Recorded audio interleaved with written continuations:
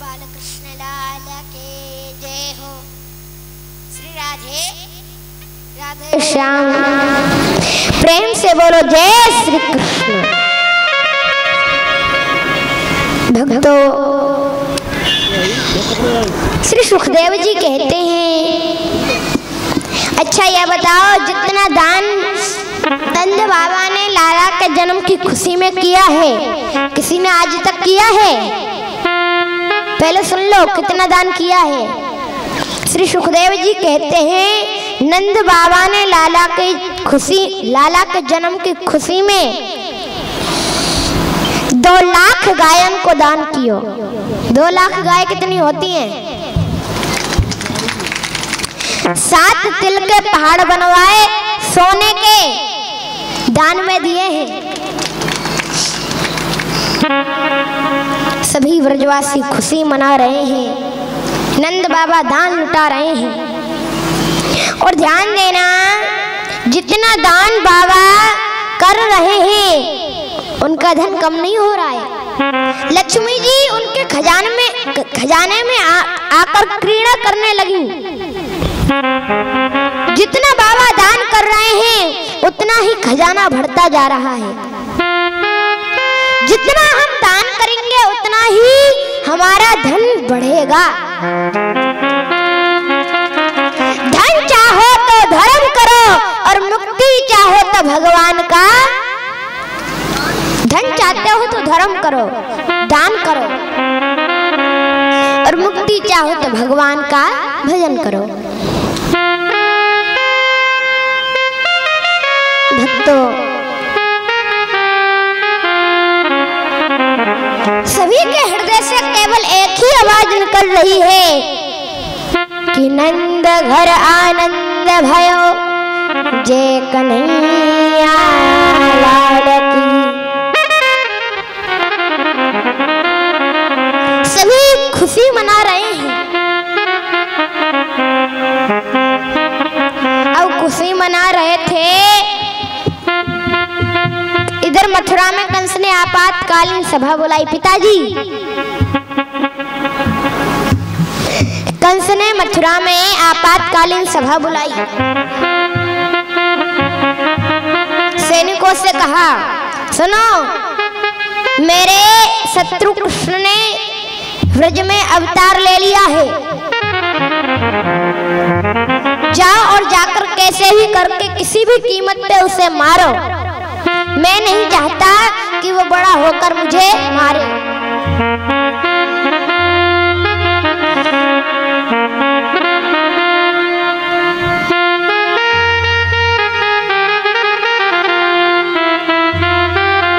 एक सैनिक बोला, हमारे पास एक आइडिया है।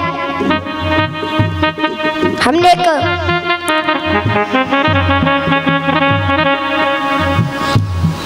प्लान बनाया है।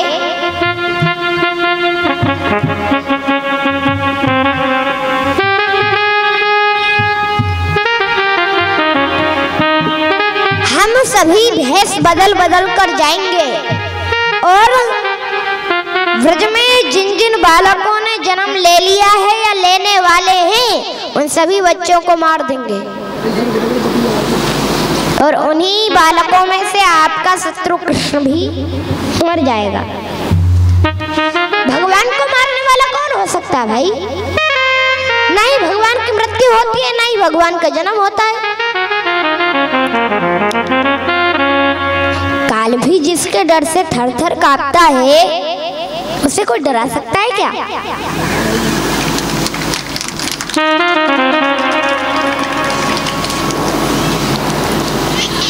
आज कंस ने कहा, प्लानिंग तो तुमने अच्छी की है, प्लान तो तुमने अच्छा बनाया है, लेकिन तुम्हें इस रूप में, तुम्हें इस भेष में घुसने कौन देगा अपने घर में?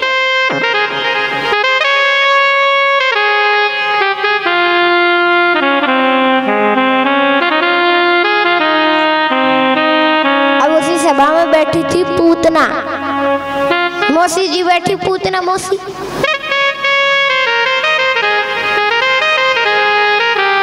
अब पूतना मौसी बैठी, बोली इस कार्य को करने हम जाएंगे।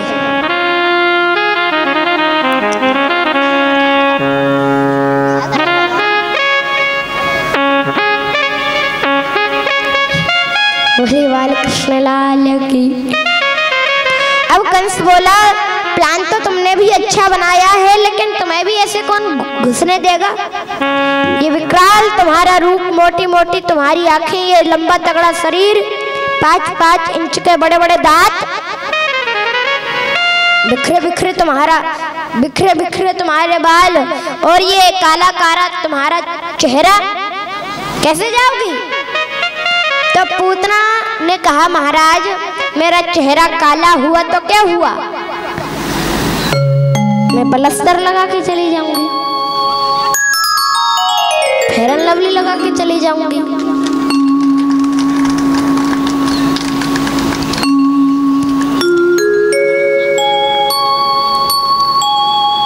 और दांतों की बात है तो डॉक्टर साहब से ठीक करवा लूंगी, और अगर इन सब से भी काम नहीं चला तो मैं घूंघट लगा के चली जाऊंगी, घूंघट लगा के चली जाऊंगी। अब मैंने कहा देखो जी घूंघट में बड़े बड़े काम है जामे।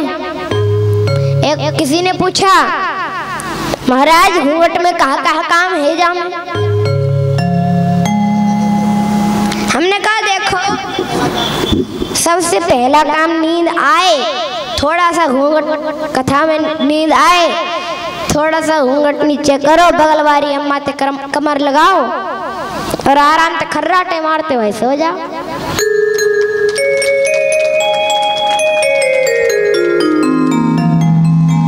कितना फायदा है घूंघट का।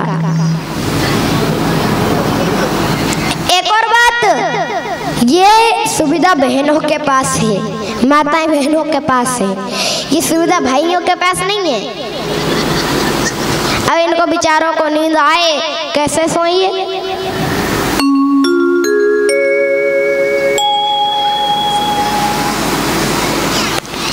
गुरुजी ये नींद आवे लगे कैसे सोए? बस उबासी ले सके, ये तो नींद आवे तो कैसे सोए? गुरुजी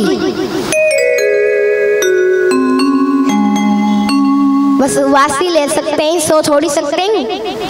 पहला तो ये पाठ कर रहे हैं, पहला तो ये श्रीमद् भागवत महापुराण का पाठ कर रहे हैं, और अगर ये सोएंगे भी पता चल जाएगा, क्योंकि इनके पास घूंघट की सुविधा थोड़ी है। भक्तों आप ब्रज में देखना, अब ब्रज में कौन कौन जाता है हाथ खड़े करो। वृंदावन कौन कौन जाता है हाथ खड़े करो। सब जाते हैं। भक्तों आप देखना ब्रज में जितनी नई नई बहू होती है ना, सब घूंघट लगाती हैं। अब किसी मैया ने पूछा लाला असली बहू किसे कहते हैं? बहू शब्द का अर्थ कीजिए कि असली बहू कौन होती है? मैंने कहा मैया देखो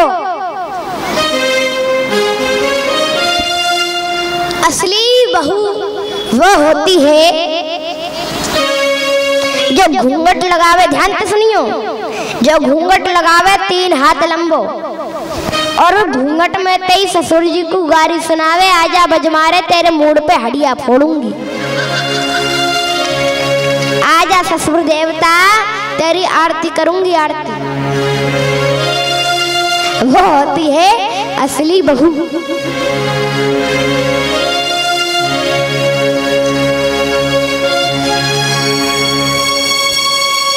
आज पूतना घूंघट लगाकर जा रही है, क्योंकि वो जो कार्य करने जा रही है बिल्कुल अच्छा नहीं है।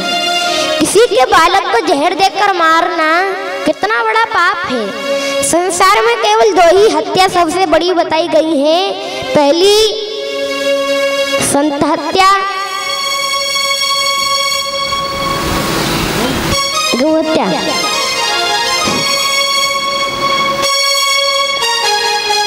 संसार में केवल दो ही हत्या सबसे बड़ी बताई गई है। पहली गौ हत्या और दूसरी बाल हत्या, और तीसरी बताएं तो संत हत्या। भक्तों,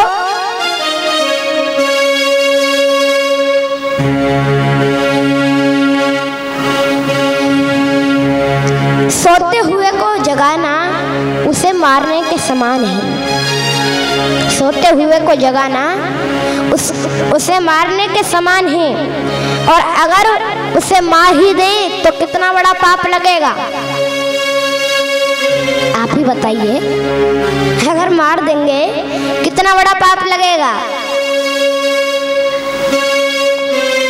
भक्तों,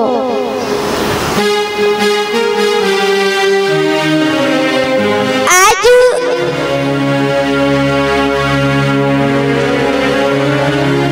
पूतना आई, आकर देखा बड़ी भीड़ लगी है। कैसी भीड़? 25,000 जा रहे हैं, 50,000 आ रहे हैं। 25,000 जा रहे हैं और 50,000 आ रहे हैं। भीड़ को चीरते हुए पूतना लाला के पलना के पास पहुंच गई। कन्हैया झूला झूल रहे हैं पलना में।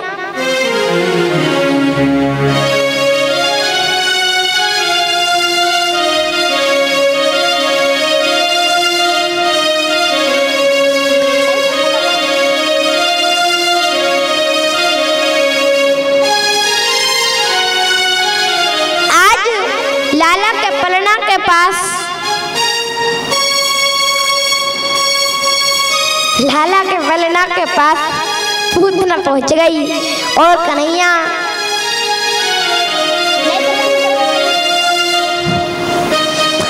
ने पूतना को देखा और देखते ही नेत्र बंद कर लिए। राजा परीक्षित ने पूछा,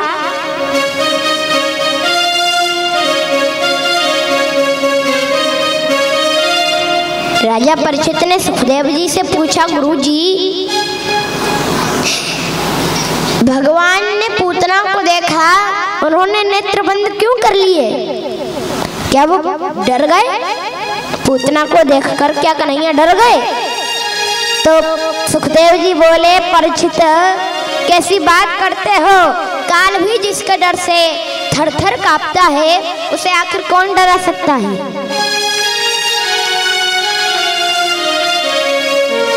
कन्हैया डरे नहीं। अब कोई एक संत कहते हैं कि कन्हैया ने नेत्रबंद इसलिए किए, कन्हैया ने नेत्रबंद करके सोचा मेरे 24 अवतार हैं और उन 24 अवतारों में से केवल 2 ही अवतार सबसे श्रेष्ठ हैं, एक राम अवतार और एक कृष्ण अवतार। आपने परसों 24 अवतारों की कथा सुनी।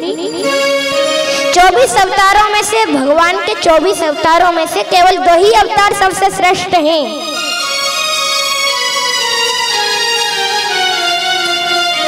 एक राम अवतार और एक कृष्ण अवतार, अंतर नहीं है। राम कृष्ण दौए कहे, अंतर नहीं निमेष, इनके नयन गंभीर है, उनके चपल विशेष।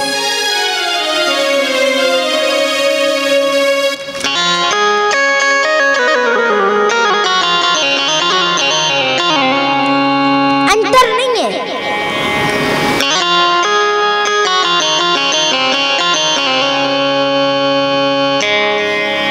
केवल थोड़ा सा अंतर है कि राम जी के नैनों में गंभीरता है और कन्हैया के नैनों में चपलता है। बस थोड़ा सा अंतर है।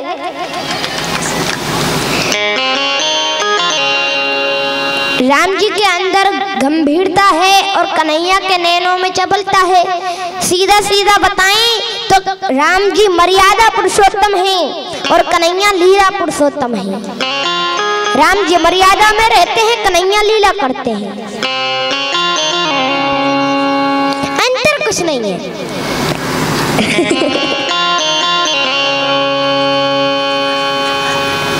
नारे बाबा सुस्ती, नारे सुस्ती, अंतर नहीं है। हमारे मनीष भैया आवाज कर दें, हमारे माइक की आवाज कम हो गई है। बोली बाल कृष्ण लाल की। अब कन्हैया ने सोचा मेरे दो ही अवतार सबसे श्रेष्ठ हैं, एक राम अवतार और एक कृष्ण अवतार, और दोनों ही अवतारों में मुझे राक्षसी को मारना पड़ रहा है। राम जी ने सबसे पहले किसको मारा? ताड़का को, और कन्हैया ने पूतना को।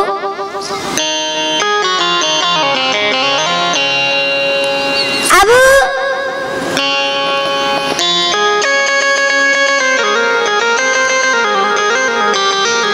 कोई संत कहते हैं,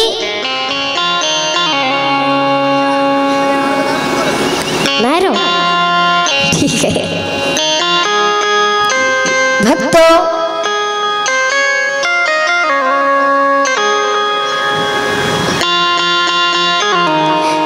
अब भक्तों कोई संत कहते हैं कि कन्हैया ने नेत्रबंद इसलिए किए क्योंकि प्रभु मन में सोच रहे हैं ये कैसी भी राक्षसी है, लेकिन काम तो ये वो करेगी जो एक माँ करती है।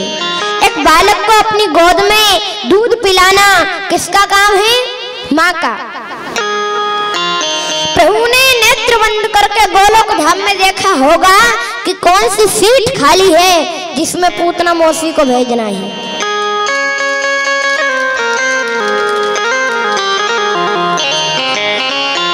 ऐसा भी हो सकता है।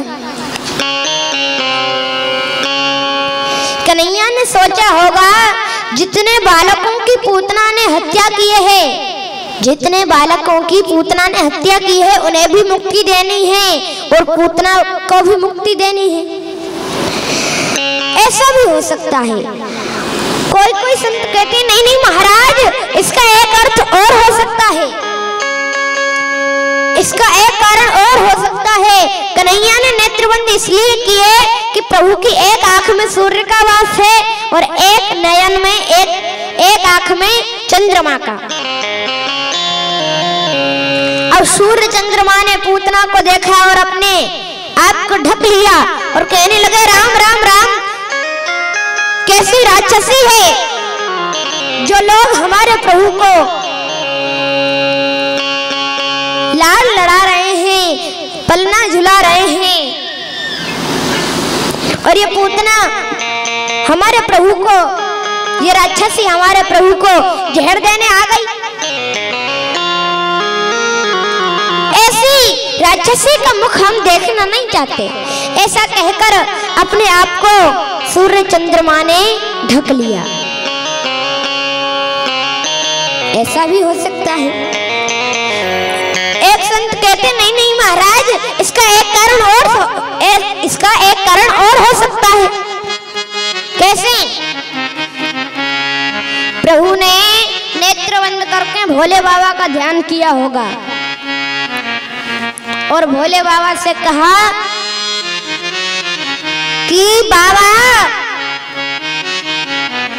आप हमारे इष्ट हैं, सुनो देखो ये ब्रजवासी हमें पलना झुला रहे हैं, लाड़ लड़ा रहे हैं, माखन मिश्री खिला हम आए हैं यहाँ माखन मिश्री खाने, और अब माखन मिश्री तो हमारे पेट में गया नहीं, हमारे मुख में गया नहीं, और ये पूतना मौसी आएगा जहर देवे। अब देखो जहर वेर पीवे की आदत तो हमें ना है, जहर पीने का अभ्यास तो हमें नहीं है, इसलिए आप हमारे कंठ में आ जाइए कंठ में आकर विराजमान हो जाइए। जहर जहर आप पी जाना, दूध दूध हम पी जाएंगे। हाँ, समुद्र मंथन में जितना जहर निकला किसने पिया? भोले बाबा ने। ऐसा भी हो सकता है। आई पूतना ने कन्हैया को गोद में ले लिया और स्तनपान कराने लगी। बोली बाल कृष्ण लाल की जय हो।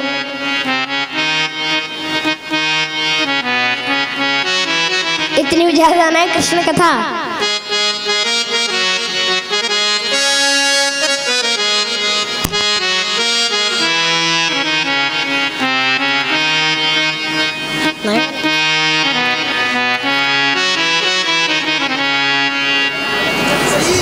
ठीक है, ठीक है, मत मानो हमारी बात।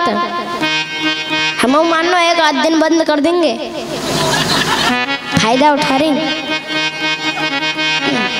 श्री सुखदेव जी कहते हैं राजन प्रभु ने दूध पीना शुरू किया।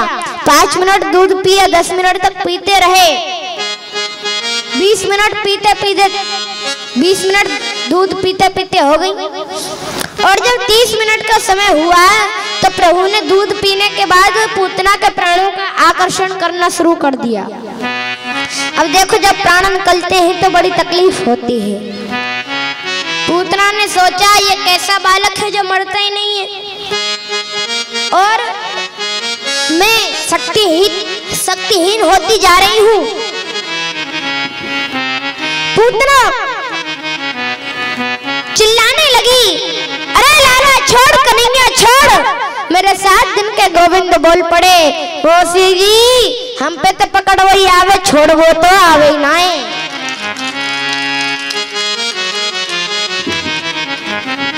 अब तो तुम्हें ठिकाने लगा कर ही छोड़ेंगे।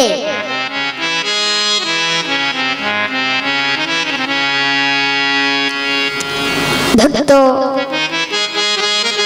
मेरे प्रभु कहते हैं मौसी जी पहले तो मैं किसी को पकड़ता नहीं हूँ, और जिसे पकड़ लेता हूँ अपनी शरण में बुला लेता हूँ, अपनी भक्ति में लगा लेता हूँ, उसे कभी भी और कहीं भी छोड़ता नहीं हूँ। ऐसे ही मेरे प्रभु।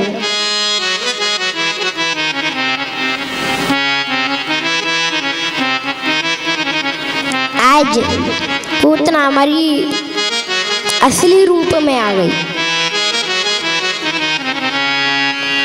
बड़ा विकराल रूप।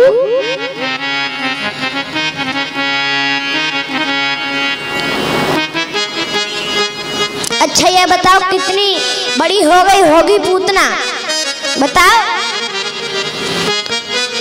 जब पूतना मरी कितनी बड़ी हो गई होगी? असली रूप में आ गई, कितनी बड़ी हो गई होगी? इस पांडाल के बराबर, फिर इस पूरी प्लॉट के बराबर, फिर सूर्य विहार कॉलोनी के बराबर। नहीं नहीं महाराज, 18 किलोमीटर तक लंबा उसका शरीर हो गया, और इतनी लंबी तो सूर्य विहार कॉलोनी भी नहीं है। अब बताओ, अब जितने भी बाग बगीचे सब चकनाचूर है गए।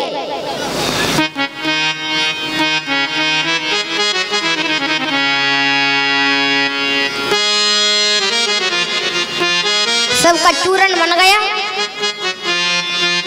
बन गया होगा कि नहीं बना?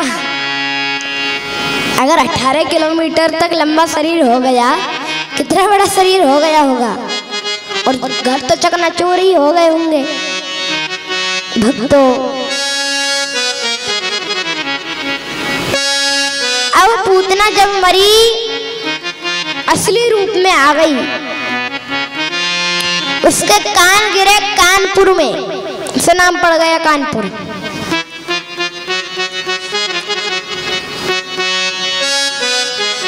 उसके हाथ गिरे हाथरस में, सो नाम पड़ गया हाथरस।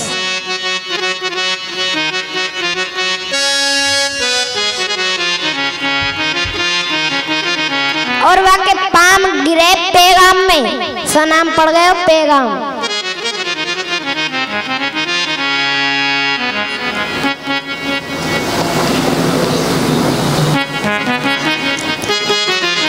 भक्तों, ये बात तो हम विनोद में कह रहे हैं, नहीं तो भागवत में बस ये लिखा है 18 किलोमीटर पूतना जब मरी तो 18 किलोमीटर तक लंबा उसका शरीर हो गया।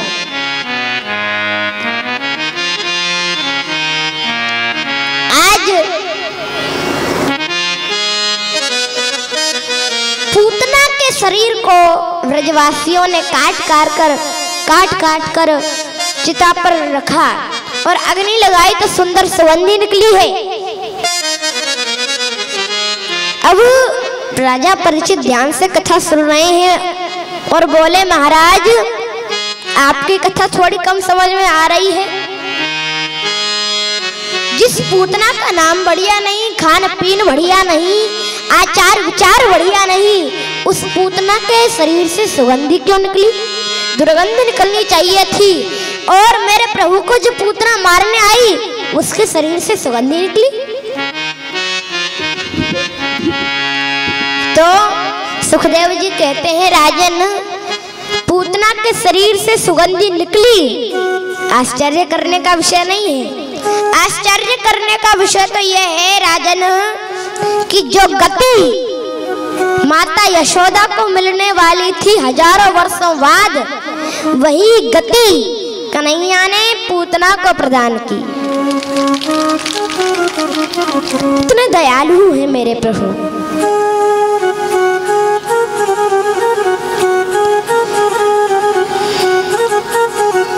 अहो वकीयम स्तनकालकूटम जिंघासया पाय यदप्यसाध्वी लेभे गतिम धातृचितां ततोऽन्यं कं वा दयालुं शरणं व्रजेम।